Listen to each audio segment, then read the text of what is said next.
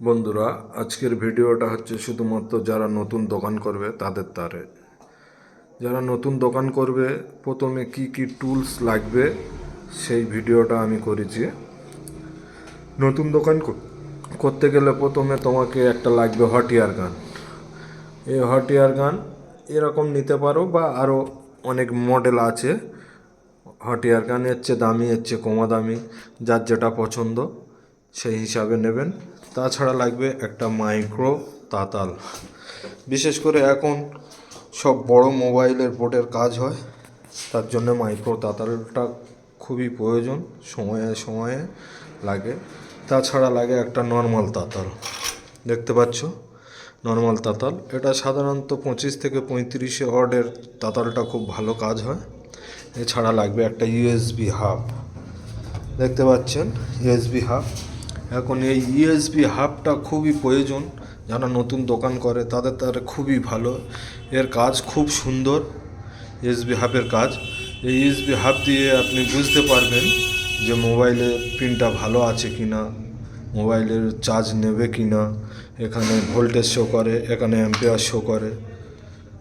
যে মোবাইলে অ্যাম্পিয়ার নিচ্ছে জানবেন যে চার্জার পিন ভালো আছে। এছাড়া একটা ডিসি মেশিন লাগবে, দেখতে পাচ্ছ একটা ডিসি মেশিন। এই ডিসি মেশিন মূলত নতুন দোকান করতে গেলে খুবই প্রয়োজন কাজের জিনিস ডিসি মেশিন।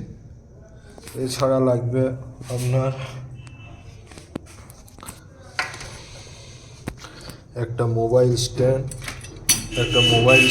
মোবাইল বোর্ডের স্ট্যান্ড। স্ট্যান্ডটা নতুন অবস্থায় কাজ করতে গেলে প্রয়োজন হয়। মোবাইলের বোর্ড এখানে রেখে আইসি থেকে, চার্জার পিন থেকে সব পাল্টানো যায় এবং কাজও ভালোভাবে হয়। তাছাড়া লাগবে একটা কাটা, চিমটে, কিছু স্ক্রুড্রাইভার।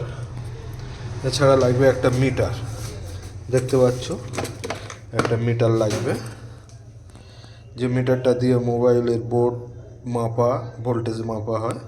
মিটারটা অতি প্রয়োজনীয়। তাছাড়া লাগবে এখন একটা, দেখতে পাচ্ছ এটা এখনকার বড় সেটের কম্বো কাটা মেশিন। যেসব কম্বোগুলো পিডিএ ভেঙে যায়, সেই পিডিএ কাটার চারে এটা লাগে, খুবই প্রয়োজন। এছাড়াও লাগবে থিনার। আর সবচেয়ে বড় কথা হচ্ছে, সবচেয়ে বেশি যেটা প্রয়োজন হচ্ছে মনের জোর। প্রথম অবস্থায় মনের জোর যদি বা না থাকে বন্ধুরা, কেউ কাজ করতে পারবেন না। তাই বলছি প্রথম অবস্থায় ভয় করবেন না, মনের জোর রাখবেন, দেখবেন সব ঠিক হয়ে গেছে।